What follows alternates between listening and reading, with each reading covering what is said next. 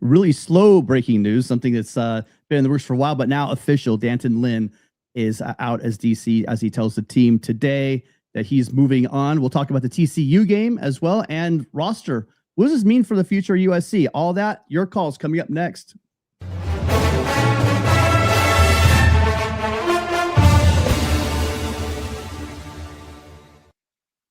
Welcome in, guys. Hey, listen, we have been away for a little while, Ryan, but we are back. It's going to be heating up.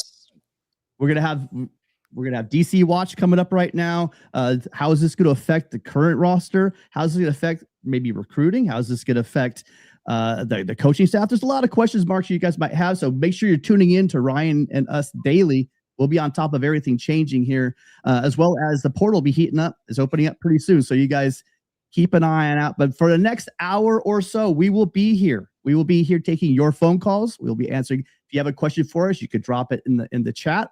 More than happy to answer it. Make sure you put a question there for us. We'd love to answer it. But Ryan, again, it's been a busy couple of weeks for both of us. I've got some, my dad. You guys, prayers out to my dad. My dad's been having some health issues. Ryan, obviously, you guys, if you're regulars here, know Ryan has introduced a new member to the family. But we are getting back in the swing of things as the news is heating up. Ryan, just really quickly, how are you doing before we get started in the meat of the matter? Yeah, Tim, been a long time since you and I have spoke. So I hope you had a great Christmas. Know it's been busy for your family, but yeah, prayers for all that going well. But hope you're able to enjoy the holiday season a little bit. And yeah, I've been crazy over here. It's been fun. Yeah, we were joking offline a little bit. Like, of course, today we had our daughter's first doctor's appointment since being born. She's 7 days old now, so it's like the week checkup, and it's like then all this news starts officially coming out. So luckily you were like, let's get on and do it. So I'm glad to be on here live with you, but hope everything's going well. Yeah, when life, let's face it, it's going back to Roman gladiatorial times. When stuff gets thick, the Circus Maximus, right, or we call it USC football around here, can just be that little pleasant distraction that can kind of keep you off of what's going on. So I think I'm probably going to dive a little bit into that in the next couple of weeks. But appreciate you guys all being here. Remember, this is a caller and fan driven show. It's really the whole point of this. All right, thank you so much, Fish. Appreciate you, man. It's your guys' show, really. I say all the time because Gabe's out there somewhere and he's going to tease me. But this is really the whole point of this show, is for you guys to interact with us, tell us your thoughts on the program. We got some big news. Danton Lynn came here. It was a big steal from UCLA, Ryan. The news was we really needed something fresh, after losing the pig farmer in the last minute. We can get to Whittingham a little later if you want as well. That game, just somebody told us about the defense, and they knew it was, something wasn't working. The offense was clicking, defense wasn't.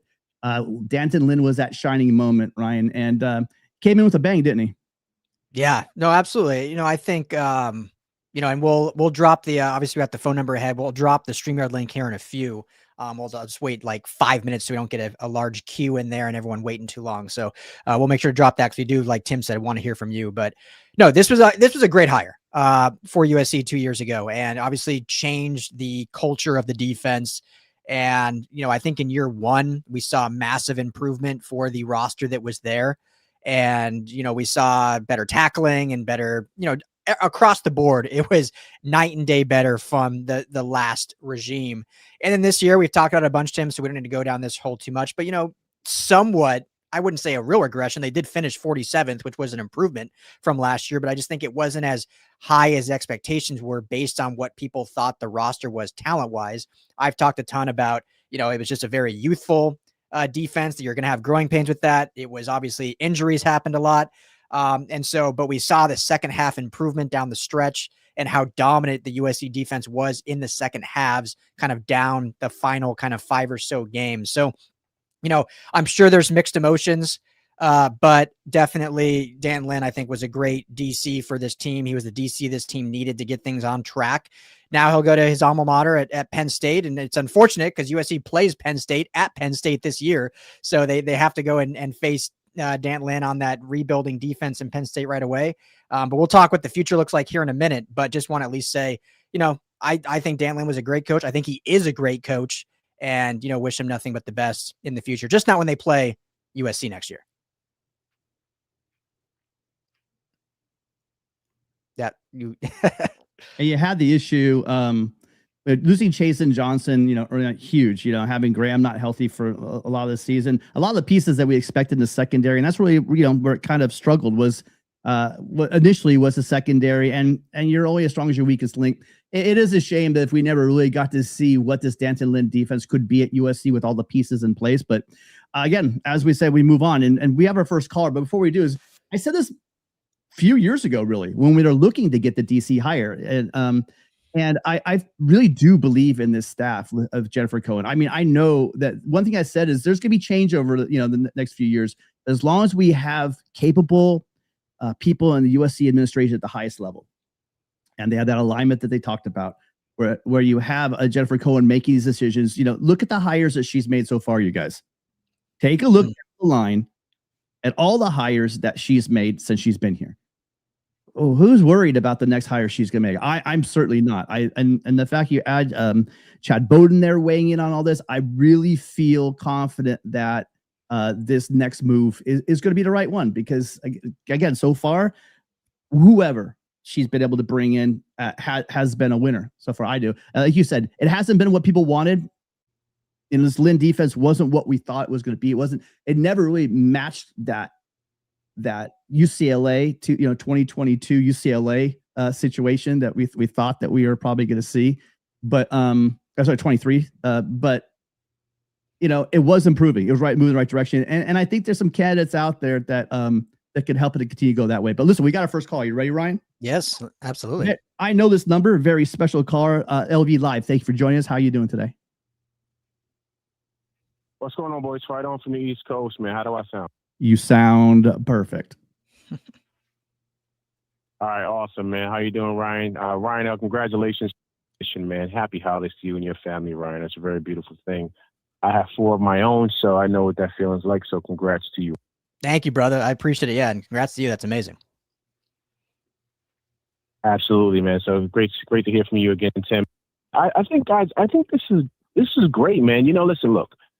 He came in, he did what he needed to do. I thought he got our defense back to being respectable. And then on top of that, he's going back home, right? You got to respect the guy for wanting to go back home. I mean, this has been the conversation for the last couple of him last year. James Franklin trying to steal him away, and we had to put up some money to keep him. And, so this was kind of inevitable, right? So we're not surprised. I think for me is, I'm sure USC, Lincoln Riley, Jim Cohen, Chad Bowen, I'm sure they pretty much were making moves behind to make sure that they pretty much had this all ironed out. So I'm sure they have a DC in the waiting, because I'm sure they knew that this was about to happen. So I don't pretty much be caught, excuse my language, with the pants down, where they don't know what to do. They don't know where to go. I think they know exactly what to do. I think they already have a plan in motion. The biggest thing for me out of all of this, the biggest thing is that if he goes, great, which he is going, but don't try to steal our staff. Don't try to steal our players. Because then that's dirty work. That's nasty work if he tries to do that. My thing is, you want to go back home. You want to start fresh and kind of, he was an All-American there playing football there as well. You want to be. That's awesome. So do that, and we wish you all the luck. But just don't be kind of trying to steal from us. Let us continue to build. This is a perfect example of, a guy like him. You kind of, I'm sorry, I'm picking up kids from the mall. Hi, honey. Hi. So the biggest thing is when you kind of see when he's coming here, you're saying, all right, the number 1 recruiting class coming in with the defense and everything. So this has nothing to do with talent. This is what he wanted to do, obviously, to be safe and be in a secure situation. He wanted to go back home. And this is something that he's always wanted to do. I do think that, guys, let's not everyone hate on him and his decision. Let him be happy. I thought he did what he was supposed to do. But now my biggest thing is what he does what USC does after this. Forward to retain this staff and retain our players, like a guy like Jade Abasari, right, who hasn't signed yet and all that stuff. So let's keep everything rolling and let's keep the ball flowing forward, man. Things happen like this, and let's continue to build on this. But listen, guys, let me get out of here. Chime in. You guys are awesome as always. Happy New Year's. Fight on from the East Coast, boys. I'm out of here. You take care now. Bye. Thanks, LV. Fight on. Fight on, LV. Yeah, well, I mean, agreed with you. As far as I'm concerned, like I said earlier, I like the fact that we know, Ryan, there's going to be a competent hire. it was getting better. He did, just like Riley said about some of the players, Lynn's input into the last couple of seasons helped to get this thing rolling in the right direction again. You can't overstate that or overlook that.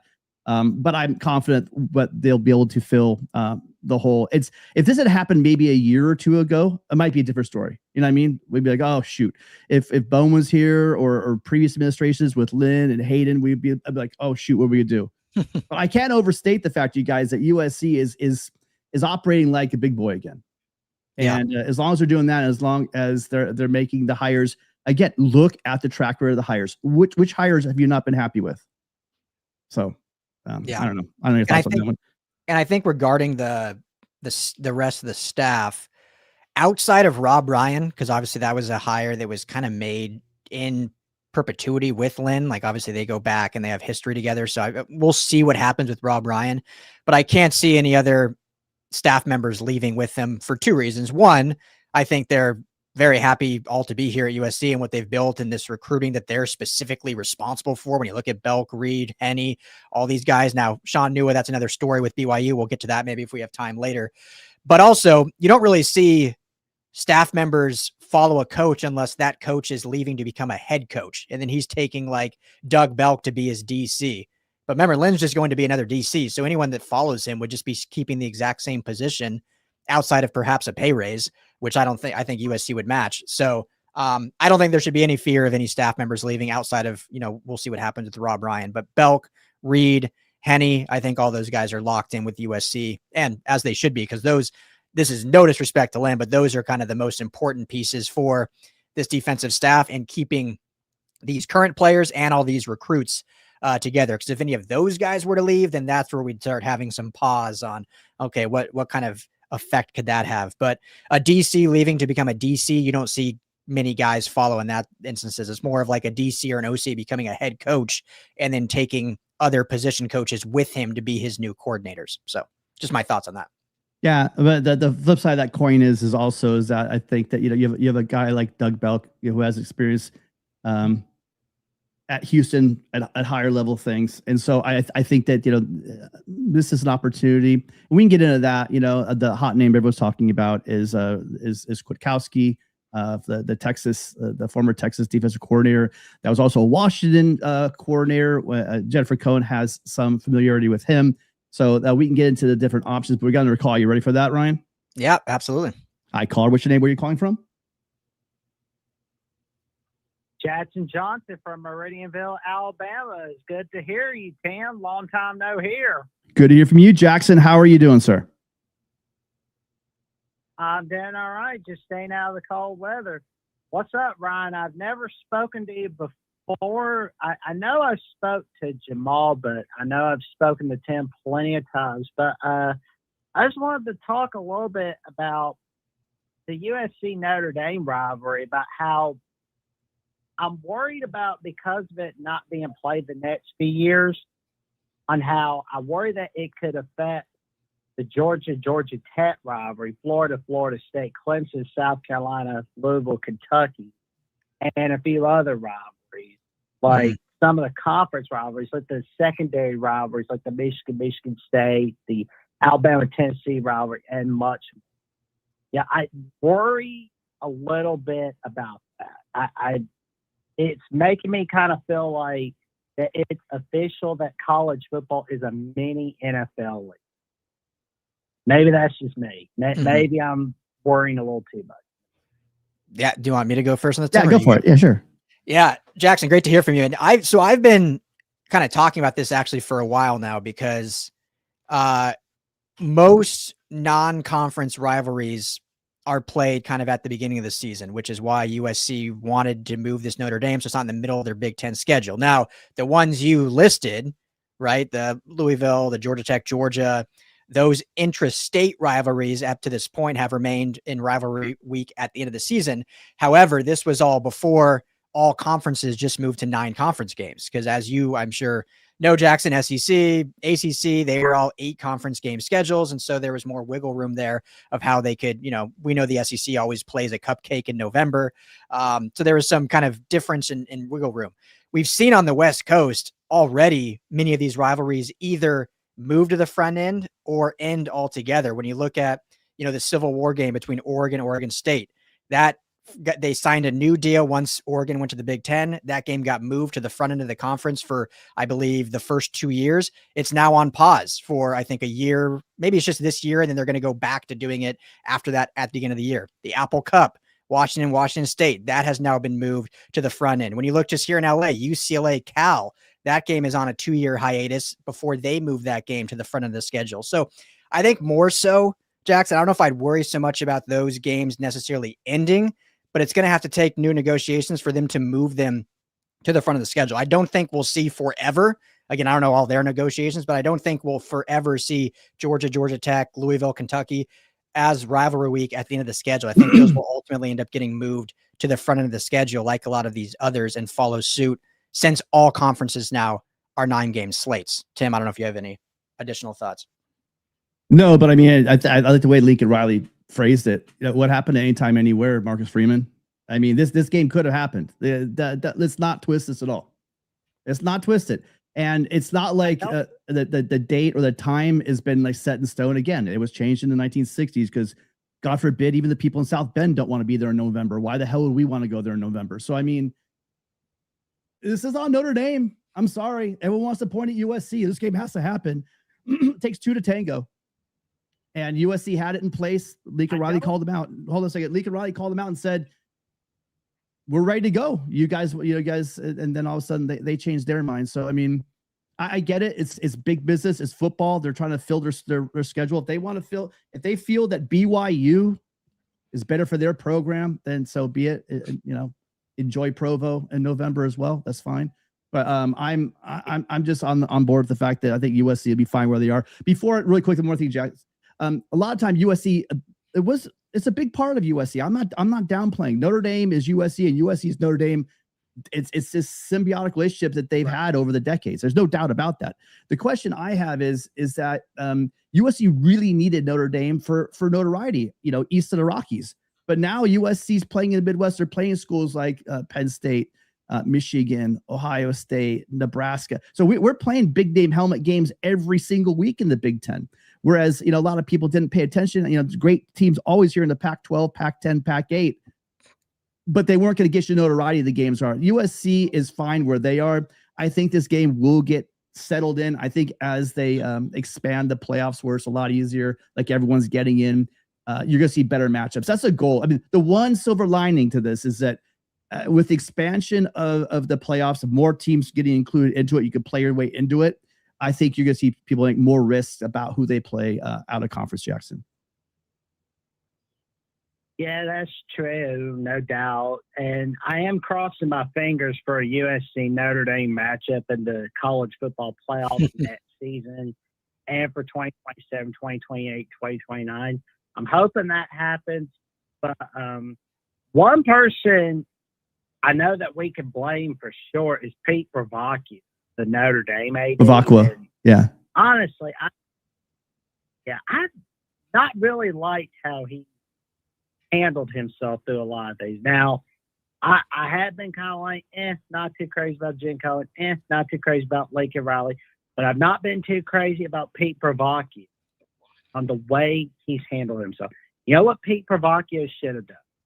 He should have been like, okay, mad as hell, and I'm not going to take it anymore about Notre Dame being left out of playoffs, but we are going to play the Pop Bowl, and here's what we're going to do.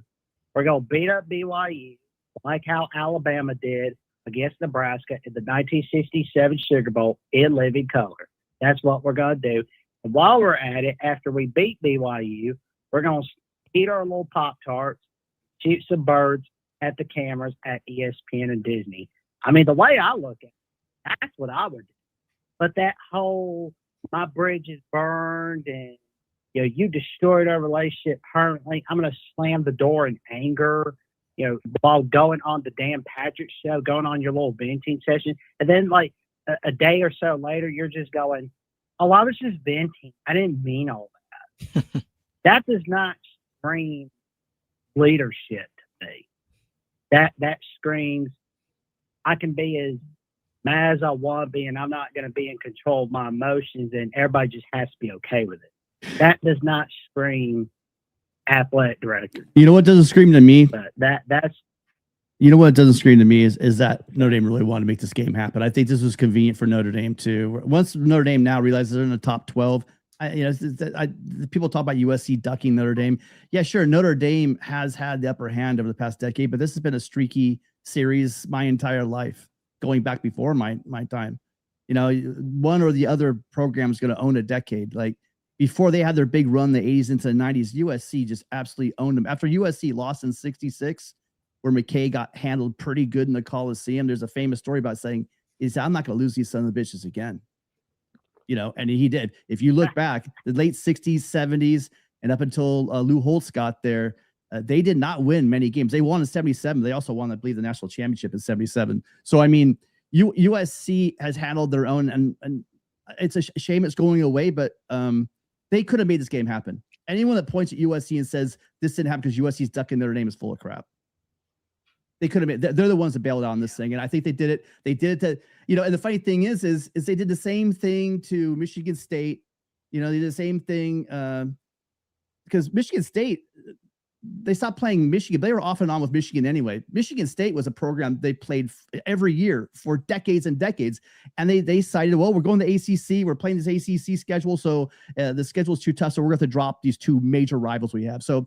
Again, they have a history of this, and USC's joined the Big Ten, and I think that eventually this thing will get back together because USC Notre Dame is football, and again, USC without Notre Dame is not the same thing, and Notre Dame without USC is not the same thing. So, you guys, I think they get it done. All right, thanks, Jackson. Appreciate you calling in, man. Thank you so much. Thanks, brother. Thank you for having me on. Tell your friends, your family, and the cashiers at Whole Foods about the budget that Ryan, Tim, and Jamal bring. USC LAFB. Thanks, Jackson. Appreciate it, buddy. Thank you. Happy New Year. Appreciate you. Great call. Love that sign off. Yeah, hey. Sounds pretty damn polished. Jackson's polished. He's a polished guy, man. Great. Jackson doesn't mess around. Yeah, I mean, we've talked a lot about the Notre Dame thing, really. I mean, we could probably pop off of that. You guys, I do want to talk more about the DC situation. We got our call. You ready, Ryan? Yes. All right. Sorry. Hi, caller. What's your name? Where are you calling from?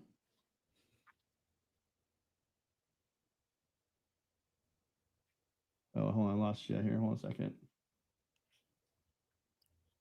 Yeah, hang on one second. Ryan, hang on one second. I think I'm having one sec. Hang on, Christian. I see who it is. It's Christian. Nice. Ryan, really quickly, while we're waiting until I get this fixed really quick, hang on a second, Christian. There's an issue with the phone line. So what I'm gonna do, Christian, I'm gonna drop the StreamYard chat. You guys, let's go ahead and do it that way for right now, so I get this thing rolling. I'll drop it right now. Ryan's gonna go ahead and drop. Hold on a second, Christian. Go ahead and take the StreamYard link, okay?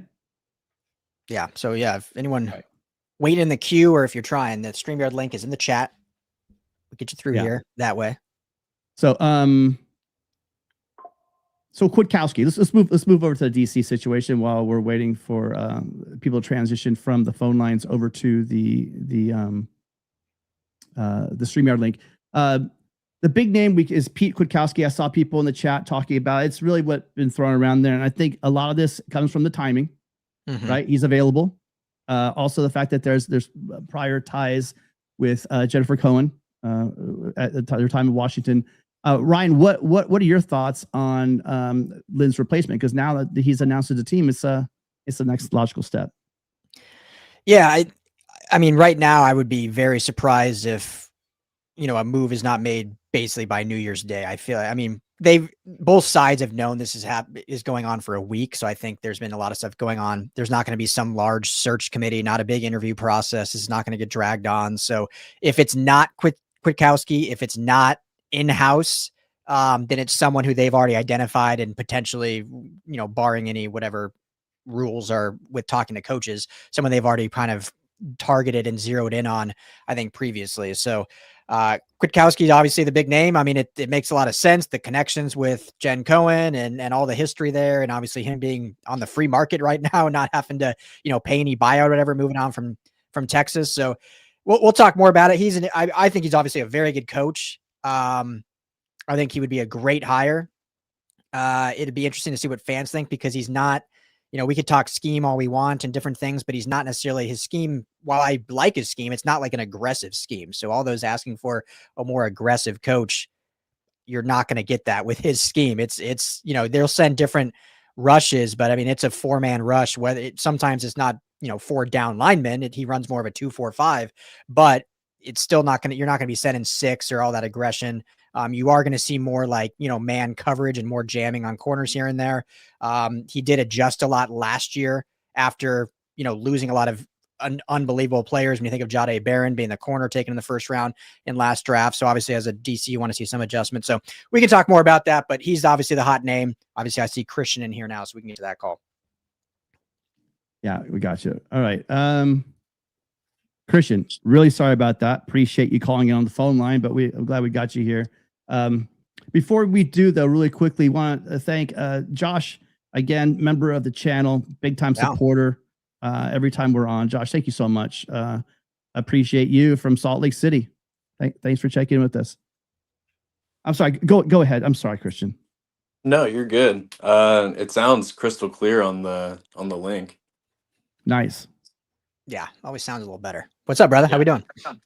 Living the dream. Happy or Merry Christmas, I guess. Late Merry Christmas to you guys. Yes, sir. Merry Christmas. So I just have some general questions. I know we have a lot of stuff going on and speculations with the new DC, but let's see. Just like in general, just thinking across college football, what is one team you can think of who consistently plays up to their competition? So we got one team in college football that consistently plays up to their competition.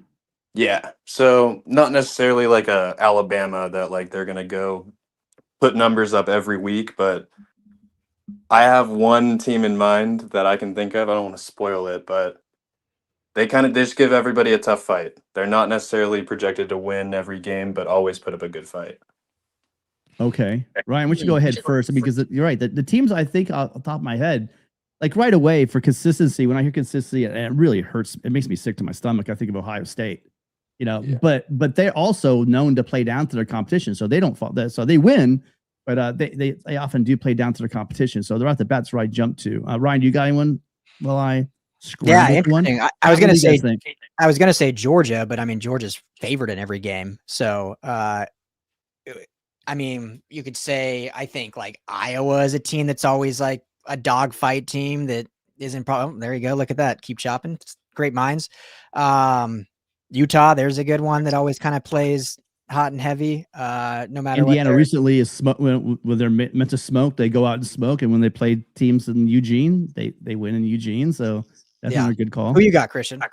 Yeah, I'm going to say Iowa. That was like the first name that came to mind. Just consistency, especially the past 20 years. The way they play ball, I mean, it is kind of, it's always it's always like a rock fight, isn't it? They really get that game dirty, and then they just always have this really great safety, and a receiver or two. If they ever get, if Kirk Ferentz ever figured out the forward pass, they actually could win something at that school. Oh God, yeah, maybe you would have more than one Big Ten title. Yeah.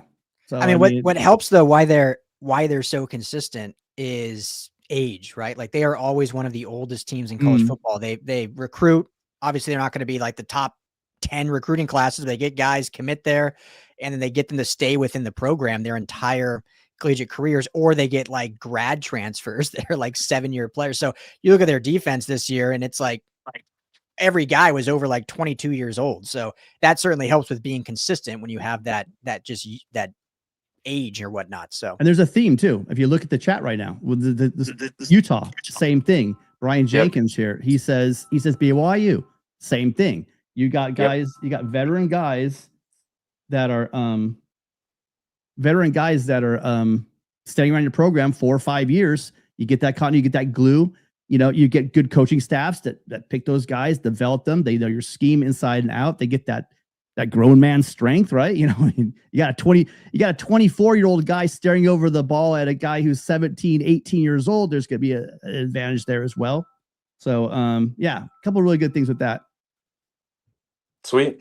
Good deal. And then I got 2 little things. I saw Prophet's post on Twitter this morning or a couple hours ago. since it looks like he's coming back next year, what do you think he's going to be sticking to nickel, even like with the lack of like coverage skill, I would say, at safety? Well, so it depends on, it's probably gonna depend on the scheme, right? A lot could happen here. So Yeah. right. I mean, given in this system, I think he would have come in as one of the guys to beat for nickel. I do think so. With Alex Graham, we're not exactly sure. Right, Ryan, to my knowledge, he hasn't resigned yet, has he? Not officially, no. So I mean, there's Brown is a guy, a veteran guy, he's dinged up this year. They really absolutely could have used him this year. I can see him there, without a doubt. It just, I guess what's going to come down to is who the new coordinator is. I think Kwiatkowski, it is him. Talking to Gabe and watching his video, likes a bigger guy at that star position, that nickel, right? Their nickel backer position, a bigger guy. But again, who knows? I think the athleticism that Brown has, it translates, right? I mean, Greedy Vance, you guys, was so underappreciated the year that he was here.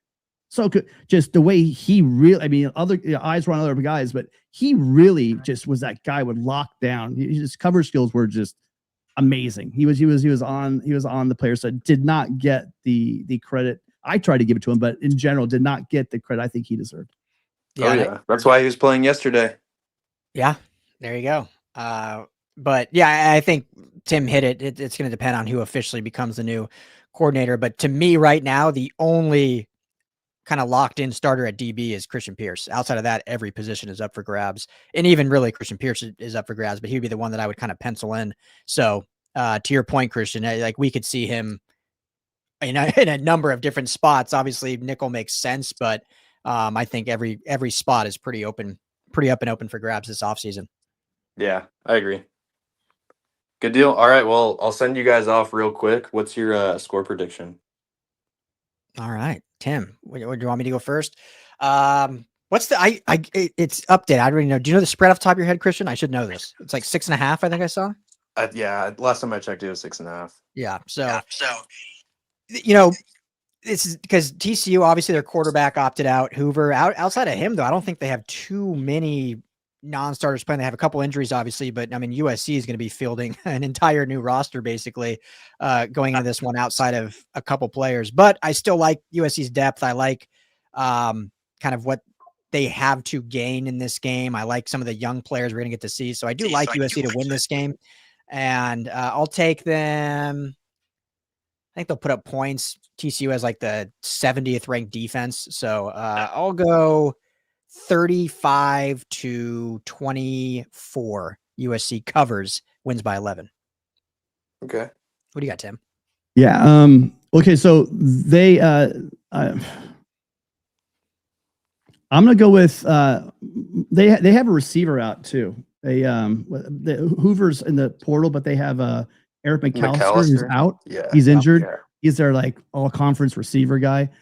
But you guys remember, USC's missing a lot too, you guys. You know, this is so hard to pick a score for this game because look at with Lucas Ramsey, Fitzgerald, still injured, obviously. Gentry, Lemon, Lane, McCree, Tompkins, Lyons, Conley, and Banuelos as backups. I mean, shoot, who's gonna be playing in this game?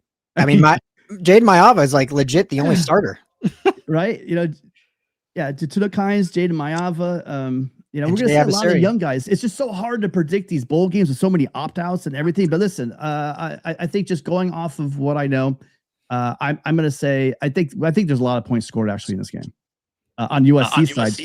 I don't really see Ken Seals lighting up USC. You know, but again, a big part of that defense is missing. You know, your secondary is kind of gutted. It's good that Carlos Nicholson, right? Am I correct on this? Is playing in the game. So, I mean, let's go. Fine, I'll stop dancing around it. Let's go with USC 33, TCU 17. Okay, there you go. I'm feeling good with that one, and that's just me completely throwing numbers out there because who knows. Who knows what we're going to be seeing in this game? God bless bowl games. You know, they're not your grandfather's bowl games. Put it that way. Christian, you got a score? Yeah, I'm thinking we're gonna beat up on the spread a little bit. I'm thinking 45-24. I've seen a little magic in some bowl games before, so I'm gonna That we knock on have. wood for a little more. That we have. Hey, that Holiday Bowl I was at, and there was no expectation for USC to do anything, and then Miller Moss breaks the Holiday Bowl record with 6 touchdowns. So you never know. That's right. Yeah. So well, Christian, always good to hear from you, brother. Appreciate it. Pleasure. Have a good one. Fight on. Fight on, Christian. All right, bro. Happy Great New call. Great longtime caller. Great supporter of the show. Thank you, Christian. Appreciate you. Gabe, I think a little tongue in cheek here. Picking USC baseball to beat TCU. Well done. I'm seeing 2 safeties. Interesting. So, all right. Yeah. So you guys, do you use the StreamYard as I sort out the phone line still? Sorry, that's why we switched over. We did have a phone call. If you want to hang on for a minute, we can. But also, you guys, Ryan, if you could drop the StreamYard link again. Yep. While I sort out the phone line, we will do that. Did we show this from HBKB9? PK to Oregon. What are the chances? Because obviously they lost their OC and DC to head coaching gigs. I'll just put it this way. I think that any prospective defensive corners got to really look at what USC has in place, and with the haul they're bringing in of young talent they have all over. Bringing in the number 1 recruiting class. A lot of that's stud players up on front. The trench play at USC, you guys, you haven't seen this. You probably have to go back to 2016, 17, maybe to see that the type of athletes we're going to see on the field next year, I think, and going forward. Obviously, Oregon always gonna bring in talent. But I think that Jennifer Cohen, but remember, you guys, also, he was at Washington. I mean, how much does he like Oregon? I don't know how deeply that rivalry goes. Probably not in the coaching staff, but I think his existing relationship with Jennifer Cohen, I think, does help out USC on that note. I don't know what you think, Ryan. I mean, if USC wants him, he'll be at USC. I think that's what it comes down to. It's too many stars aligning, too many connections. He's from Santa Barbara. I've seen someone put that out there. If USC wants him to be the next D, I think he will be. That doesn't mean Oregon won't be trying. I don't know their whole situation. I don't know how involved Dan Lanning is with defensive play calling or whatnot. Obviously Lupoy was a great DC there. That's now the head coach at Cal, but Pete Kwiatkowski is not going to go somewhere, in my opinion, with how long he's been a DC and how long he's been a highly touted, respected DC. He's not going to go somewhere where overshadow is not the right word, but where he won't have kind of full control, I would think, of his defensive staff. He's literally been places with, he's kind of running the CEO of the defense. Obviously he was that at Texas with Stark. So even though Stark weirdly in his comments said he needs to hire someone that can just run the defense and let him focus on the offense, even though that's kind of all Stark does as the head coach in OC. But anyway, that's another conversation. So yeah, I think if USC wants him, he'll be here. If they want to look elsewhere, then that's where things could open up, in my opinion. Sounds good. I'm gonna reset my soundboard, so I'll be quiet for a minute. But let's bring on the next caller. Caller on the phone. I'll get you 1 second if I can get this soundboard working. But backstage we have, hi caller. What's your name? Where are you calling from? Oh, can you guys hear me? This is Carl. Yeah, loud and clear. How you doing, sir? What's your name? Where are you calling from? I'm calling from San Diego. And your name? The Cardinal and Bold. The Cardinal and Bold from San Diego. Gotcha. You got your own channel? Not yet, but I'm on Twitter. I'm trying to do my little thing here and there. Okay, Cardinal and Bold. You got a first name? I'm not saying it yet. Okay, sure enough. What's your thoughts? I am an alumni, though. Awesome. What are your thoughts? And I have a lot of beef with a lot of people, but we won't touch on that. Okay. This is what I want to put on the table. I'm a little nervous about. Okay, so there seems to be a consensus that everybody wants Pete, right? The DC from Texas. Mm-hmm. I don't want to shake up the coaching staff we already have. We have great recruiters. We have a great group. How come no one is mentioning upgrading the position of Doug Belt to DC? Why not go from within? We want the splashy hire. We always want the sexy hire. Why not go from within? Doug Belt has it on his resume. So if Pete comes in, I think because he got fired, maybe there's leverage that he could just acquiesce and doesn't have to bring a ton of people. But I don't want to lose Coach Henne. I don't want to lose Belk. We might lose Nua. We might lose Coach Nua. I don't want to shake up the staff. The staff is fire. We got a great O-line coach. We got a great tight end coach. What is Pete gonna bring his people? Does anybody care about that? We just got a number 1 recruiting class. Pete didn't recruit them. The coaches on the staff recruited all those guys. So I'm just a little nervous about that. No, 100%. So I did a video about a week, 10 days ago when this first kind of came out. And that was my first kind of thought was, hey, I would just promote within. Like Doug Belk's done it. Coach Henne's co-DC. Like number 1 priority, and I still believe this. This was obviously prior to Pete getting fired from Texas. But to me, the absolute number 1 priority is keeping this defensive staff intact. Now, even if they go and get a Pete or another DC, that is still the number 1 priority, I think, is you're not bringing in a guy that is looking to replace any of that. If they want to, then you're not hiring that guy, in my opinion, because there's too much shakeup, especially this late in the process. If you lose any of these guys that you mentioned, Henne, Belk, Trevon Reed, like there will be loss in current and recruits, 100%. Losing Danton Lynn, no disrespect, they're probably not going to lose any. Maybe 1, maybe 2, not much because he wasn't the primary recruiter. But 1,000%, I am with you. I've talked about this before. My number 1 priority is keeping this within. If there's any risk of that, to your point, then I am saying, okay, then they have the upper hand. We're promoting Belk, promoting Henne, and moving on up the chain. I mean, Coach Belk was on Nick Saban's staff before he was a DC at Houston. It's not like the guy can't coach a defense. So it'll be interesting to see what they think. But to me, if a guy like Pete is coming in, it's because he is coming in with the understanding that, hey, this is the staff you're coming into and you're not bringing anyone with you. Yeah. And I hear you. Because it's tough right now. We need that stability, and we need, we talk about building the culture. I don't want to start breaking down the culture already before we even get to the high points. So just really quickly, I was resetting. I have a lot of thoughts on what you said, but no, I'm going off of what is leaking out and coming out.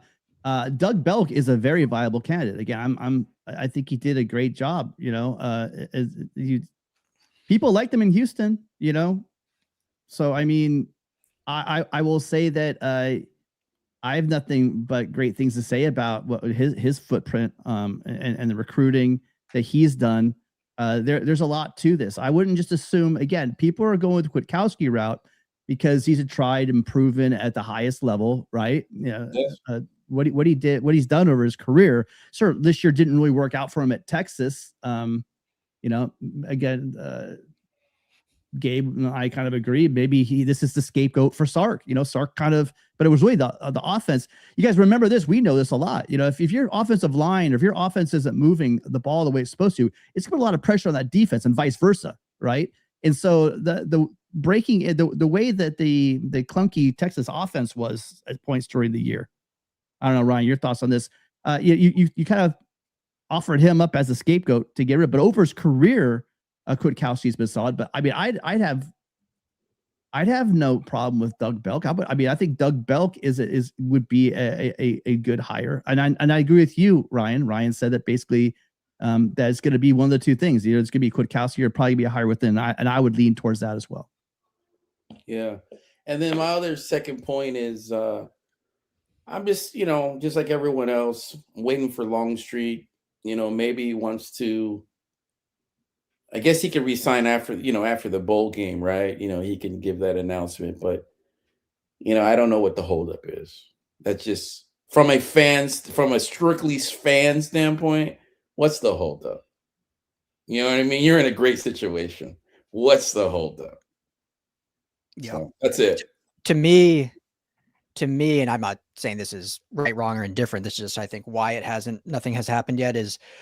I believe we'll see him in the bowl game in some capacity. And obviously the portal then opens 3 days later. My guess is him and his kind of side is waiting to see what kind of offers coming after that game. If it changes, one half of a bowl game might not change anything, but it might.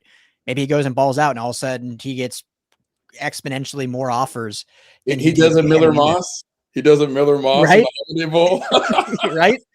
So to me, that would be the only reason, just waiting for that, play the game, and then see. I think it's still 50-50 he's back or not. I'm with you. If I'm on his side, I'm saying Lincoln Riley. Any player that's finished their career with Lincoln Riley has literally been either the first overall pick or was Jalen Hurts, who won a Super Bowl. Like, I'm sticking with that track record, but I get it if he wants to make a little more scratch and play right away. So that'll be what the decision comes down to. All right. And I think a lot of these guys, a lot of the unsigned, there's some unsigned guys that I think, Ryan, I'm with you. They're just going to kind of see their agents, or maybe more so, want to see what they possibly could have, and when the portal opens, what the options might be. Because that is a fair assumption. I agree with everything you said, Ryan. Even if you played behind Jada Maiava for another year and you come in, you're going. It is a path. If you have the ability, he's going to get you into the NFL, and most likely a high draft pick at that. And hanging out's not going to be the issue. But with these linemen, also, it's not just how much what your marks be. It's also who they're going to bring in. I don't think that's as much of the Longstreet situation as much as like some of these linemen. Because look at the NFL. What are the big price tag positions, right? You get that shutdown corner. You get your left tackle. Your quarterback. Got the wide receiver one that demand a lot of money. Those are the ones that are probably looking to see what they could possibly do. So, why? I guess the biggest question would be to both of you guys is, why would he re-sign now before he knows all of his options? And that's probably exactly what he's going to do. True. All right, you guys. Appreciate you guys logging on today. It's the Lynn news. So it's not earth shattering, but it was kind of pending. But to end it, I just want to have a great performance against TCU, man. I just want the young guys to ball out. So yeah, same. Thanks so much for the call, man. Appreciate it. Great to hear from you. It. Thank you. All right. We got the phone lines back up again. All right, caller. Hi, what's your name? Where are you calling from? Up, guys? This is CJ from Philly. How's it going? CJ from Philly. Good to hear from you. What's on your mind? Yeah. It's been a little while. Haven't called in some time now, but happy to be back on here. So actually, I was mainly going to call in to talk about Lynn, but the last caller, there's actually two things really quickly that I did kind of want to touch on from that.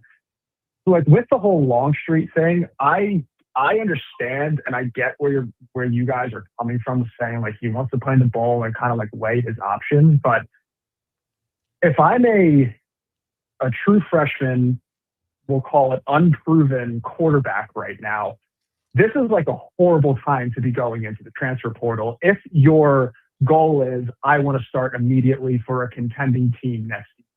Like, I don't know if you see the transfer portal, but they got Sam Levis. I'm not a huge fan of him, but Dylan Raiola, Sorsby, Josh Hoover from TCU just came out. Their list goes at DJ Lagway. Like it's a really bad time for unproven quarterbacks that want to start immediately for a contending team to go into the portal right now.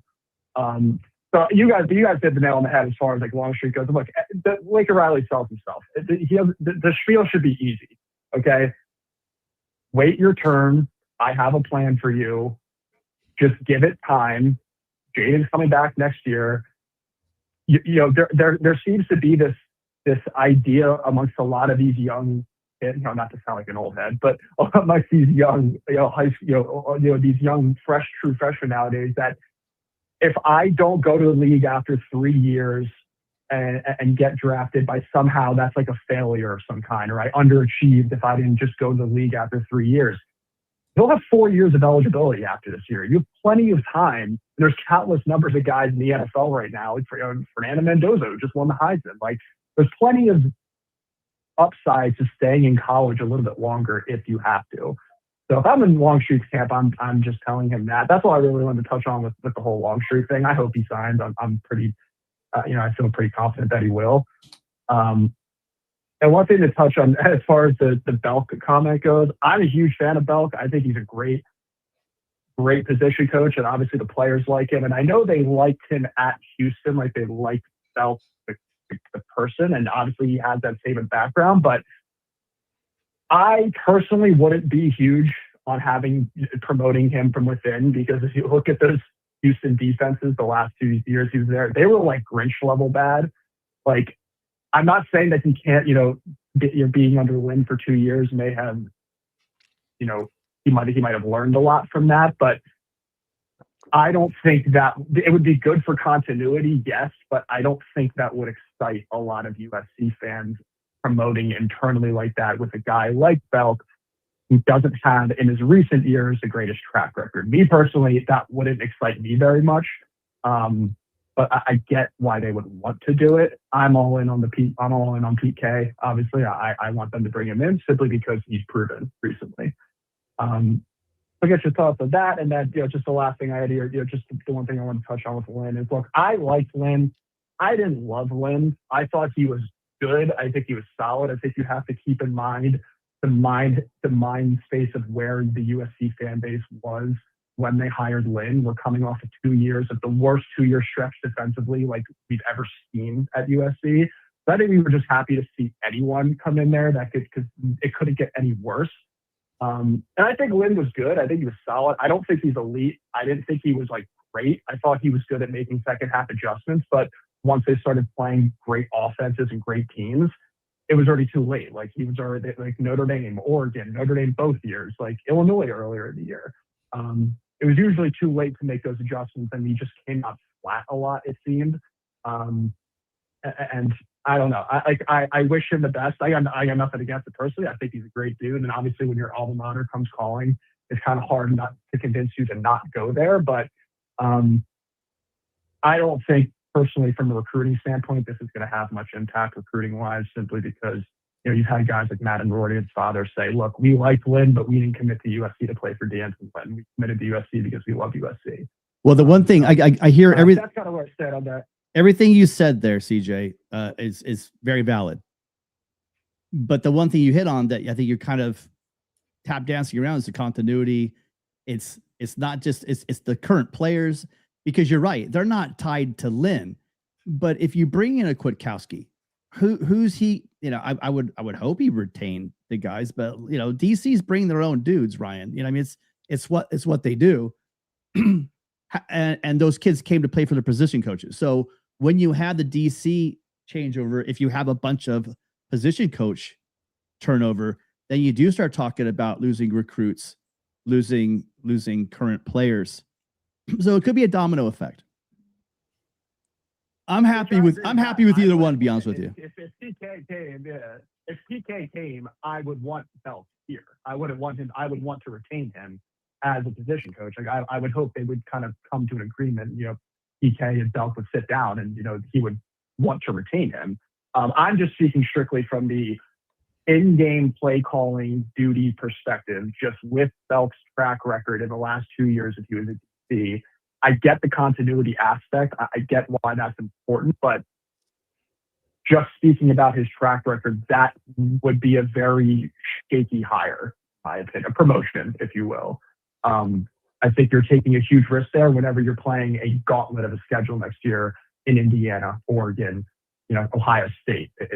That's all I'm getting whoever they bring in, even if they retained Lynn, or whoever they bring in with that schedule, whoever they bring in is going to be installing, a new defense if they bring someone from the outside. If they retain Belk, I'm sure they keep a very similar defense. And the one thing we don't know here on the outside is I'm sure Jennifer Cohen and the powers that be have seen this coming, starting with last year. So they've already begun the process. And I think that, Ryan, if you want, I don't want to share what you said to me. I agree with you about the timeline. You think this thing shakes out? Mm-hmm. Yeah, I think it'll be quick. I think it'll be by New Year's Day. And CJ, I think the one comp I would make, because in college, I don't want to say interchangeable is the right word, but the coordinators are much more interchangeable than position guys, just because they're not the ones, and a lot of programs, not the ones doing the recruiting. So you look at Ohio State, right? Ohio State, after they win the Natty last year, lose both coordinators, lose Chip Kelly and lose Jim Knowles. To my knowledge, I don't have the roster in front of me. I don't think they changed a single position coach. I think every single position, their D-line coach has been there for 15 years. So that would be a better comparison, I think. This is much more common that, hey, a coordinator gets replaced, you keep the rest of the staff. intact. It's when you hire a new head coach, obviously, that obviously everything is going to be overturned. Now, it doesn't mean that will never happen. But in my opinion, this is an example that whoever comes in, that will be part of the bargain. It'll be like a Matt Patricia situation. Like, hey, we want you to be the new DC of our team, but like you're not hiring anyone else. Like we already have our staff in place, kind of thing. Right. Does it kind of depend on the DC? Because a lot of guys have, like, for instance, they have their defensive line coach and their strength coach, and they'll say, hey, look, I want my guys coming in, or I'm maybe this is now. Obviously, there's leverage, right? The guys that are looking for it, maybe they don't have that same leverage that, let's say, a top coordinator that didn't just lose his job. So. While I agree with you, I don't think that they're going to come in and everything to be unscathed. I think that the thought that, that a new DC comes in and everything stays in place, which I would love. But then you talk about the fact, does Belk want to stay if he's passed over a decision? So, I mean, I want, these coaches to do what's best for them and their families. Yeah, and I think it comes down. That's what would be and I the agree. negotiations ahead of time. Is like this is. And again, we're all speculating. We're not in those rooms. But to me, I would think Jen Cohen and Riley would be like, let's just speculate. They're talking to Pete, like, hey, Pete, we want you, but like, this is what you're inheriting, and this is take it or leave it. If you want to change anything, we'll look a different direction, kind of thing. And the scheme, not the scheme, but basically the personnel grouping, is very similar. Right. So, I mean, you're not like you're switching to 2-4-5. The positions are different, the schemes and the defense is different, but I think that the terminology is different as well, Ryan. So, I mean, there's a lot of moving pieces to the two defenses are not identical. Let's just put it that way. And personnel wise, it's not. So kind of, we talked about earlier, we talked about Brown, the corner to star position that Kwiatkowski would bring in. So it's little things like that, but I agree with you. And I do like your two examples. I mean, if you can keep it to where, but they said that ahead of time as well, when they brought Patricia in, I think it was Day, it said, hey, we have the Buckeye defense and it's going to be the Buckeye defense. I mean, I think he flat out said that when, after they lost Knowles. So yeah, let's wish for the best. I don't think the goal, they're not going to bring Pete in. They're not going to hire him without talking, I think, to Belk, Henny, all of them. And they're actually just put him in a room and say, hey, by the way, Pete was hired. You all have to get along now. I'm sure they're going to run it. They're going to, run it by the rest of the position coaches, tell them what the plan is and everything. I'm sure they'll know before they hire Pete what Belk's intentions are. I think they're going to get ahead of that. They're not just going to throw it on the defensive staff and surprise them like that. Look, and I'm just speaking and this is from a fan perspective of, I want someone proven. I want a guy brought in that is proven at a high level. And, as far as Lynn goes, I get it. When we brought him in, he had that highly ranked UCLA defense. But looking back on it, we can kind of call it how it is. I think the Latu and Murphy twins elite pass rush probably propped him up a little bit that year, plus their weak schedule. I'm not to discredit Lynn, but let's just kind of call it how it is. That was a huge part of that defense. We saw it when they played in the Coliseum that year. But then, once they got here, again, I have maintained I like Lynn. I don't hate him. I'm kind of just blah with what I've seen within the last 2 years. Which is why him leaving, this wasn't I didn't feel much from it. I was like, all right, well, he's leaving.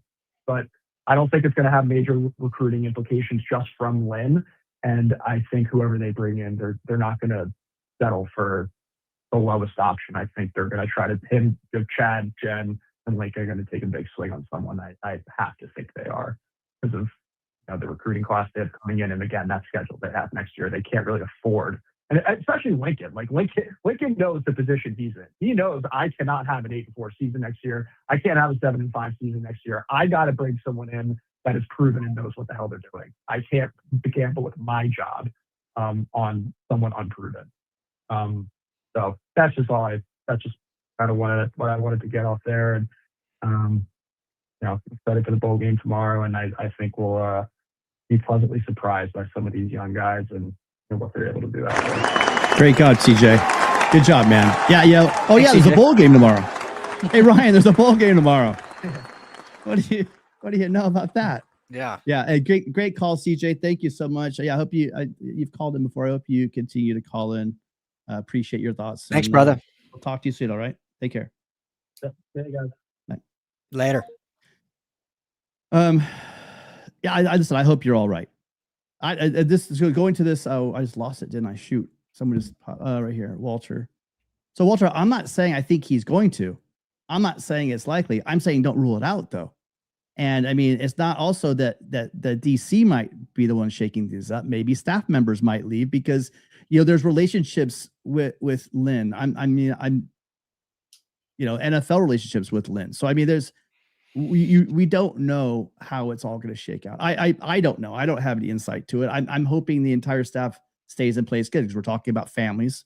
We're talking about coaches, but they're families and everything involved in there. They settle here in Southern California. I hope they all enjoy where they are. I would love to retain every one of these coaches. Trevon Reed, I think, as a guy doesn't get enough play, and I'd really like to hear more people give him his credit. I'd really like for that guy to stay. There's a lot to this, and I'll defer to Ryan. And if that's the way this sport is going in general, not just with specific schools, then it is a new business too, right, Ryan? Because basically it's not like the old days. It's like it's run more like an NFL kind of model, and you don't want to move. You build these pieces together. You don't want to see them. The relationships, I guess, are not always with the coaches. They might be also with the administration. So I'm hoping that is also a part of this. So yeah, 100%. And last thing, I know we got another call, but just remember, and I don't want to say this incorrectly, but this is still this is a player-led, player-run sport. Like, you got to have the players, and obviously coaching is invaluable and extremely important. Though I'm not saying that. We see what bad coaching can do, but when you have elite players at just about every position, it's going to make your coaching look a lot better too. I mean, Jim Knowles was no doubt considered the best defensive coordinator in college football like 2 years ago. He goes to Penn State, becomes the highest paid defensive coordinator. And it's like all of a sudden everyone forgot he was a good DC. No one's even talking about him. He goes to Tennessee. Everyone forgets he was good. Matt Patricia looks now like the best DC in Ohio State. Well, I mean, when you have elite players at every position, it makes your job a lot easier. So USC has a lot of talent. They had a lot of youth this year. I think Danton Lynn is a very good defensive coordinator. I think he's a great play caller. I think his scheme is solid. But yeah, there's some truth to him having some first round talent at UCLA, and USC hasn't had a first round defensive player drafted in that time period. So there is certainly a need, or I should say there has been a talent discrepancy. And so when you can alleviate that and smallen that gap, then that makes your DC look a lot better too. Just look at Pete Kwiatkowski, who we're talking about, right? They were the number 3 overall defense last year. Think of all the dudes that were on that team, Tim. There's a lot of damn good football players on that team. That doesn't mean they were bad this year, but there was a little bit of a drop off, which is why they fell to where they finished 32nd or something. Still a good defense. Still not bad. Doesn't mean Pete can't coach anymore. So let's keep the recruiting. And so that all circles back, Tim, to the importance of keeping this staff in terms of recruiting and developing these players. And then it all comes to fruition on Saturdays when you're calling the game. It gets lost in a lot of these conversations, how important continuity. You hear it all the time with head coaches and fire this guy, fire him. And it's like the biggest thing that'll kill your program is if you don't have continuity, because you never can build. You look at the programs that are humming. They're out there. They don't have a hell of a lot of turnover at coach. And when they do, the program has built such a rapport with coachings that they always were able to replace them with a good. If you're constantly firing guys and you're not being successful and not giving coaches the opportunity to be successful, you're not going to be able to hire good talent. The good news is USC has turned that around, and now they're in a position, no matter what they do, to have that replacement. So, all right, we got a return caller. We're going to break our rule for our guy here because he's LV. But normally we don't do a double call, but with LV has special privileges. What's up, LV? Hey, what's going on, boys? How you guys doing today, man? Good. Glad you made it home safely from the mall. Yeah, man. Ryan, just wait, Ryan. Your time's coming. A lot of running around, but no. Listen, guys. You guys are rocking the house tonight, man. Listen, a lot of great calls tonight. A lot of guys chiming in. Just hearing, I was listening to you guys on my drive back home. CJ, big shouts to you out there from Philly. You're on the East Coast with me. Very, very great points there, man. I think I wanted to chime into a couple of points. First was the Longstreet piece that CJ brought up, and I thought about that. And CJ's spot on with the Longstreet piece. Considering how things are going today, just with the whole NIL and all these players. I mean, remember, guys, last year everyone was talking about Lincoln getting DJ Lagway. Remember that? Mm-hmm. And talking about Dylan Raiola and all these guys. I mean, these guys are big time names, and now they're looking for new homes. And if you look at the whole situation of I forget what was the recruit. He was with he came from Los Alamitos, Ryan. He was the quarterback. Malachi Nelson, right? So now he goes to Boise State. He's hopping all around, right? So this shows you that sitting is the best way to go. The league is not going anywhere. It's not. You still could become a millionaire and really take care of your family for the rest of your life if you go to the right situation in the league. It doesn't matter if you're first pick or second pick.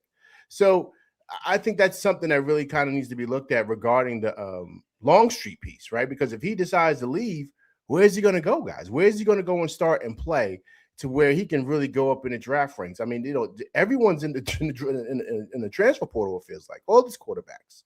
So he has to ask himself that, and these coaches, they don't care who you are. They want to win. They got a job also too. You know what I mean? They don't want to get fired, because they brought the wrong guy in. So all that plays a role. I didn't get a chance earlier to mention the Notre Dame piece. I wanted to kind of chime in on that as well. This whole Notre Dame thing is crazy because, to your point, Tim, you made a valid point. I mean, I've been watching that game since I was a kid, man. I mean, that was always the key game. It was, of course, USC, UCLA, and USC and Notre Dame. Remember, Notre Dame used to play Michigan. That was big, too. Remember that when we was growing up, guys? That was also a major game. Mm-hmm. And so Notre Dame stopped that with Michigan also, right? So this is vintage them. So it's so easy for them to kind of blame us. And all we said was, listen, week 0 to week 4, can we schedule something there? You're not in a conference. You can make adjustments. I mean, it's very easy. I mean, they hold all the eggs here, or the cards, whatever you want to call it, to where they can say, okay, USC, we can move out Utah or Utah State or whoever they're playing and put you there because of the tradition and what we have. That's all we said. It's very, very easy. They chose not to. They chose not to because they want to, grab their ball and run. So I think it's pretty easy to see. Tim, you want to chime in? I'm sorry. Well, I was just going to say, I said earlier, I think they wanted out. They got a way to acquiesce out. You had Marcus Freeman saying anytime, anywhere, USC is okay, September. And they said, oh, no, never mind. I mean, you go no further than that. And they said, okay, fine. Hey, listen, we don't want to get anyone get locked into a long-term, we don't want to get because it's just a smart play. Just like we're talking about guys waiting for the portal to open up before they decide they're going to re-sign or not. It's what's best for them and their families, which I think all fans, you need to put that aside and realize this is a sport played by human beings. Wait for them to do what's best for them. I'm all aboard with that as long as they make a good decision. But it goes into the same thing with Notre Dame and with USC. USC doesn't need to make that choice anymore. And why should they jump into a long-term contract with Notre Dame when the sport's changing every year? And so USC says, let's slow it down. Let's do a 2-year. We don't like this whole thing. USC is the only one. I can't remember who. I wish I could give Ryan, if you remember, attribute this to who it was. But someone did the research and said, no, nobody else is playing these games. I mean, you really don't have to do a lot of research. You have the 11th week where you have the SEC play some directional school. USC is playing back-to-back rivals at the end of the year. No one else is doing that. No one's playing it out of state, out of conference like Notre Dame every year like USC is doing. And so they don't want to get rid of the rivalry. And again, the precedent is there. The date has been changed already. It's not like it's been set in stone. The rivalry is not the date. It's because it's convenient for their scheduling. Well, I'm sorry, Notre Dame. Notre Dame thinks they already got special privileges to in order to get top 12. They're into the playoffs. They're trying to water down their schedule to get that top 12. Until Pete Vacqua can show me otherwise, that's what I think they're doing. And also, Tim. First of all, Ryan, chime in too, Ryan. How are they able to swindle the CFP and get them to where they can just say, okay, we're top 12? I can say there's no way they should be allowed to do that. LV, it's called Notre Dame. Oh, that's insane. We beat this one to death already. It's just that's insane. When's the last time they won a national championship? When's the last time they had a Heisman Trophy winner? I mean, they're not. I mean, this is a joke for them to be giving them so much leeway. There's no way anybody, guys, no one should be locked that if you're this, you're going to be that. Like, that should not happen. LV, it's a business. Tim, I see you with the money sign. Tim, are they bringing in more money than Alabama and those SEC schools? Are they bringing in more money than Michigan and Ohio State? Is Notre Dame break that whole NBC deal is over now since the Big Ten has come into play? So what I'm saying is, are they? It's just a question. Are they the stamp of college football like they once were back in 40s, 50s, 60s, 70s? Are they that? What say you guys? I just know that no. Ryan, go ahead, but I just think that they do have the fan base, and the networks will listen to them. That's well, I think their AD is a former NBC executive, right? Isn't he a former NBC top dog? So I mean, he obviously knows how TV networks work in those deals. So touche him, give him some credit for that. But the numbers and the data, and this goes for USC too, unfortunately, like the rest of the country really doesn't care. I mean, this USC Notre Dame game this year is a top 20 matchup, and there was like less than 5 million viewers. Auburn, Alabama. Auburn's been terrible. Auburn hasn't beat Alabama in a decade. They did 12 million viewers. So the numbers don't even back it up. So Notre Dame saying this all like, oh, we drive all this. We like people care about our brand. Like the numbers don't say that.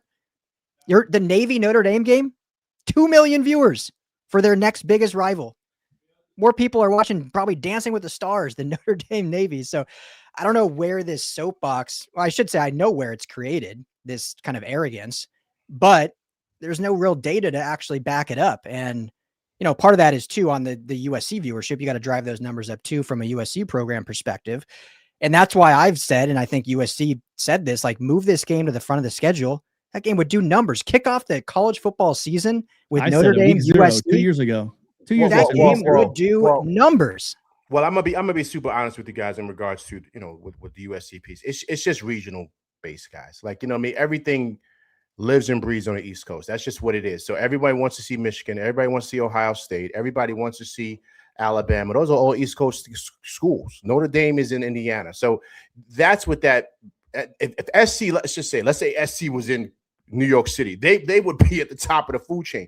So that's where most of the viewership is. This is just anybody knows the viewership is up on the East Coast the way it is because we're inside majority of the time, guys, because of the weather situation.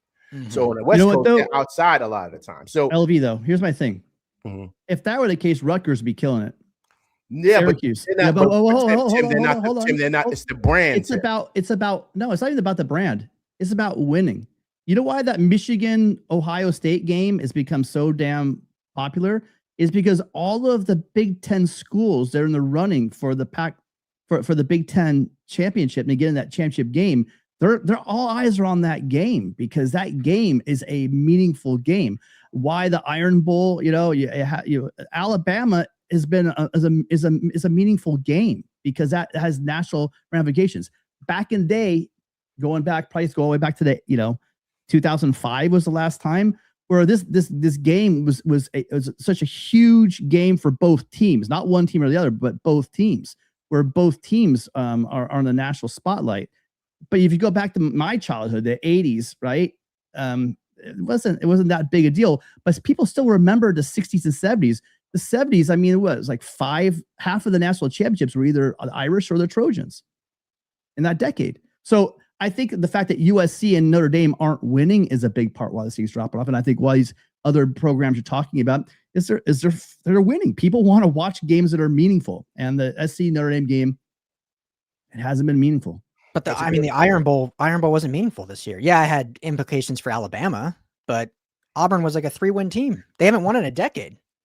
I think both is true. I mean, I do understand what you're saying, Tim. I just think regionally, as far as viewership, right? When you're getting eyes on the game, it's just demographic wise, guys, on the East Coast, it's just more people are inside because of the weather. Football during this time, like you got to think, like everyone's inside on this side of the country. So no one really has the flexibility to go out and enjoy themselves like they do on the West Coast. I've been to California numerous times and I'm trying to get back out there, but it's beautiful when you guys go out there in December and January, the weather's great. You don't want to be sitting inside. So on the East Coast, that's just what it is. So that's why these guys, the viewership is on these guys and on these teams so much. So yes, it is, of course, the names like you stated, Tim, which you totally agree with. But a big part of that is location. It's my last take right here. I'm gonna get out of here because you guys have an amazing show tonight, man. You guys are rocking the house. I do agree with you, Ryan, when you stated about them having pretty much this lined up, I don't, as far as the defensive coordinator, I don't think they're going to drop the ball on this. They already know who they want. And I think also, too, they are in conversations with whoever they talk to keep this staff together, because the staff is a big impact as to why a lot of these recruits are coming, right? When you speak of course, Coach Henney, you speak of Belk, and one name that no one's really speaking about is Coach Dog, right? That was a big part to why a lot of these kids came. So you got to understand that that's the conversation that they're probably having with the DC. Like, hey, listen, we understand you want to come here. The staff stays. If you want to come, great. Just know that if you don't want to come, we'll look for somebody else. But the staff stays, because that's where a lot of these kids are coming. And to your point, Ryan, that's how we win games, because I think this recruiting class is going to spearhead things going forward for the future. Listen, guys, let me get out of here. Once again, I got to get ready for my game tonight with the Knicks. Listen, you guys, once again, rocking the house tonight, man. You see the calls, you see the viewership. Everyone's loving you guys. Keep it rolling. I'm out of here. Listen, fight on from the East Coast. Great job, boys. I'm out of here. Take care. Thanks, brother. Easy. Thank you, LB. Good to see you always. Well, we've been on for what, about an hour and a half. Probably wrap this up. I think it's time to get out of here. Listen, thank you guys. There's about 700 you guys watching on either Twitter or on YouTube. Appreciate the 200 plus of you guys on YouTube. If you guys could go ahead and hit that like button. I know, Ryan, I'm terrible at it. I don't think you've asked for it. We've been here for about an hour and a half. Our time, I'll ask you to spend 1 second, hit that like button. It really helps to get this channel and this show out there. And if you're not subscribed, you guys, it's going to get hot. It's going to heat up right now. We don't know the coaching staff with the transfer portal, which is, again, we got some important guys that I'd really feel a lot better if we get some of those offensive linemen signed. Alex Graham signed. I think that these guys are difference makers. I really hope that we can get this thing done. Longstreet's going to make his decision. You can tune in here. Ryan, I'm telling you, if it breaks, Ryan will have a video for you. We're going to be doing our weekly call-in show. We're flirting with the idea of having not a call-in show, but maybe just like a live show where we'll take the chat questions, because there have been a lot of really great questions. Maybe we'll do that, Ryan. Maybe we'll want to answer a couple of these questions on the way out, because I did star some of them. The people that were leaving us some questions. Let's see. I can find the right one. Oh, this problem is that's interesting. It has the questions from previous shows, which I did not know it does that. Oh, really? So Joe Boy, we already answered this question. Number one, I like Ryan's answer, and the fact that the modern twist on this is that the DC doesn't bring in his guys. In the old days, it almost seemed like always, though, that a DC would bring in his defensive line coach. It just seemed like they were always married at the hip. But that's the thing of the past, possibly. And the strength coach and all that. So I will have to wait and see. These guys are going to make the best decisions for them and their family, and we should all wish them the best if they do. But I'm banking on, hoping that they keep that big word we were talking about, continuity, because that's right, Ryan. More than anything, continuity is so important. Yep, 100%. And okay, and then I guess we've covered this one, Tony. Sorry, but appreciate the question. Thank you. The question coming in from Tony from Twitter, of all places. We don't know really any of the financials, Ryan, unless you're privy to any of that. What's going on with with Lynn? It's good that he's hanging out. I mean, part of it is you get paid to be the coach. If you leave, you don't get paid. So I think he's finishing up the season here with USC, and he's on to where his next stop is. But I guess as official it can be. He told the team, so that's what it is. Yeah, I saw this one. We can maybe end with this, but hey guys, not an insider, but I'm a former player and have some knowledge that suggests, as it relates to Husan, this is Longstreet, that it's not about NIL. And this is what I've kind of heard too. Is, I won't say the exact figures, but should he re-sign, his NIL actually goes up next year. So regardless if he plays or not, I don't know if there's any bonus structure in that. I don't know how these college contracts work, Tim. What's all the lingo and language in there, but he will get an actual raise from freshman year to sophomore year for re-signing. So he could get more on the open market. I think that's very safe to say, but he's getting a very good NIL offer, especially to be a backup. I think it really, in my just summation, it comes down to him wanting to play next year. But someone, I think it was CJ, said something really interesting, or one of them, that he wants to play, but he also wants to play, and it's been reported by others that he wants to play for a contender. Like, he wants to be a reason why a team goes and wins a national championship, not just watching it from the sidelines. I think that was in a quote on a Rivals article, Tim, of I think it was his dad saying it. Like, yeah, he wants to be a part of a national title team, but he wants to be the one leading it, not just watching from the sidelines. And I have zero doubt he would get a starting job next year if he goes in the portal. But of those starting jobs, how many are actually contending teams, kind of as I think one of the callers said? That's the big question. So if him and his family don't see a job that is like, A, you're starting, B, it's for a contender, like, then why would you leave? Stay here. In his first year starting, USC is going to be the best team they've been in the last 15 years. So he will be able to lead the best talent, most talented USC team to a national title. So we'll see what it comes down to. Obviously, you'll have teams like Indiana that are losing their quarterback. There's an opening there. They're going to be pretty good again. We'll see what happens with Oregon and Dante Moore. So we'll see. To bring it back around to the bowl game, Josh Hoover's is highly is a good chance. See, here's the other part of it. Yes, he goes to the portal, but then, you know, you got Raiola out there. You got Beck out there, right? You got Lagway. This is not the best. And it's not that I don't doubt Longstreet's, I don't doubt his ability.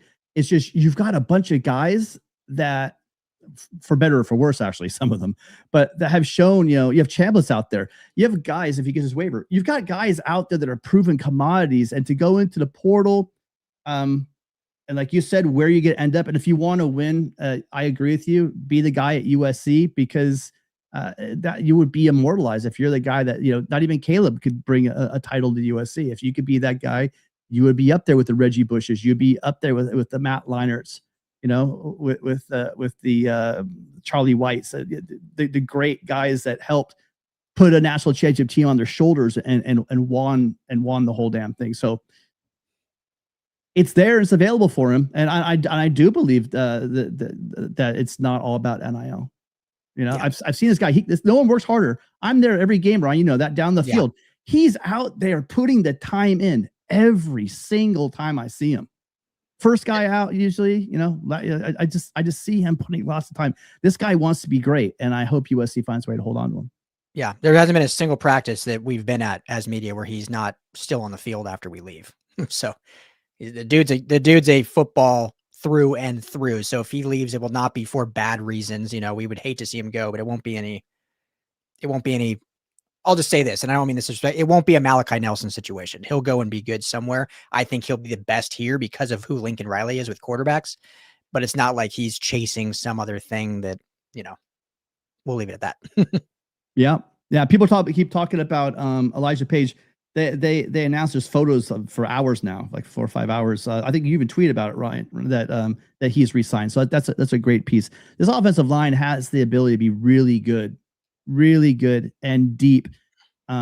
Just there's like 3 guys that I really like to see on the offensive line. I really think need to get signed to make me feel really good about next season. So the three big tackles, the 3 big freshman tackles are still technically unsigned. I don't see any reason why they won't be, but yeah, surprisingly. I do, because we're bringing in some highly rated guys. Believe me, no one's hiring. I mean, Vicona came in as one of the guys that wasn't that highly heralded, but I really like that guy. And you know, you just mass when you see him next to other linemen, and the linemen look small. You know, you're like, holy crap, this dude is big, and he moves well for his size. So I mean, let's just get them locked up. I think they will, but I think that they're also looking at who's coming in behind them. You know, are they going to bring in a veteran tackle? I mean, I think a lot of these guys are kind of hanging out, taking a look at what the whole situation. And again, you guys, this is their lives, so we wish them the best. I want all these kids to get paid and be happy wherever they are. I want them to be Trojans, but at the end of the day, you know, these are young men trying to shape their lives, and they need to make the best decision for them. So, all right, listen, again, we've been here well over an hour and a half. We're going to get out of here. Thank you guys all so much for being here. Again, on the way out, hit that like button. If you guys are over on Twitter, which are about 500 of you guys are of the nearly 800 people we have going on right now, make your way over here. It really does help the channel out if you guys watch us here on YouTube. It's just a quick ask, but at the very least, if you guys could hit that like button and subscribe if you're out there. Appreciate you guys all be here. Ryan, you want to take us out of here? Yeah. Appreciate everyone. We'll be back plenty, even before the new year. Obviously, this game is tomorrow night, so hopefully we'll see a USC victory against TCU. But appreciate you all, family. For Tim Prangley and Ryan Dyer, this is the USC LAFB show, the LAFB Conquest call-in show. Go ahead, Tim. Are we going live after the game tomorrow? I don't want to guarantee it, but we'll try to. We'll try Okay. to. Me and you will talk offline. We'll let everyone know if we'll be live after the game tomorrow. There's 800 people here. I was figuring maybe we could let them know, but all right. Yeah, we'll put a post out on YouTube and on Twitter, so be on the lookout for that for official plans after the game tomorrow. For me, I'll just say this. For me, it's hard because it'll be late, and I have a newborn and a 5-year-old, and both of our 2-bedroom apartments will be occupied by sleeping children. But we'll see what we can do. We'll see to make it happen. So appreciate you all. Tim Prangley, appreciate you as always. I'm Ryan Dyer. Talk to you all, family, very soon.